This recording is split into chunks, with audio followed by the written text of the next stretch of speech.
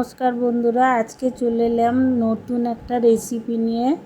সর্ষে পটল বেগুন।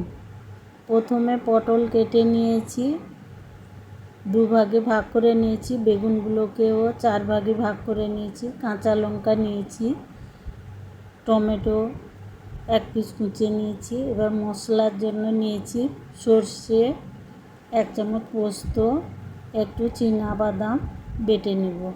প্রথমে বেগুনগুলোই লবণ হলুদ পটল বেগুনে মাখিয়ে নেব। মাখানো হয়ে গেছে,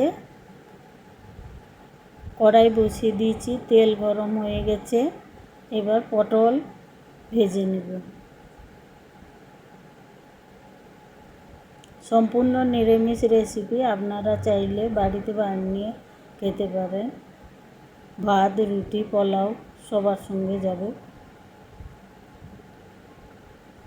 ইউটিউব চ্যানেল থেকে দেখলে সাবস্ক্রাইব করে দেবেন, ফেসবুক পেজ থেকে দেখলে ফলো করে পাশে থাকবে।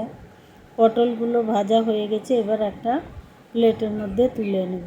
ওই তেলের মধ্যে বেগুনগুলোও ভেজে নেব।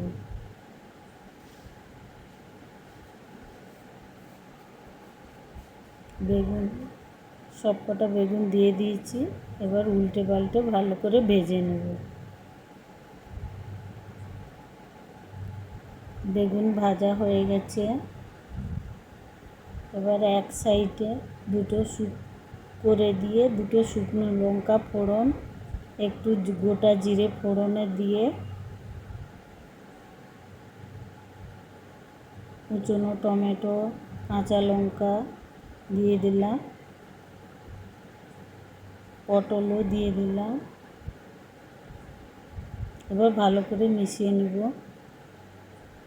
এবার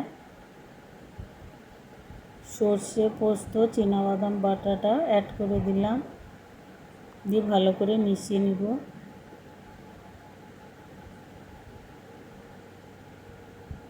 এই দেখুন ভালো করে মিশানো হয়ে গেছে।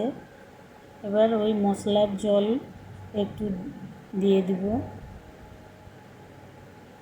দিয়ে ভালো করে ফুটিয়ে নিব। এতে আমি গুঁড়ো লঙ্কা দিই আর অন্য কোনো মশলা অ্যাড করিনি। ভালো করে ফুটে গেছে দেখুন। এই দেখুন আমাদের সর্ষে পটল বেগুন রেডি হয়ে গেছে। রেসিপিটি ভালো লাগলে লাইক কমেন্ট শেয়ার করব বেশি বেশি করে।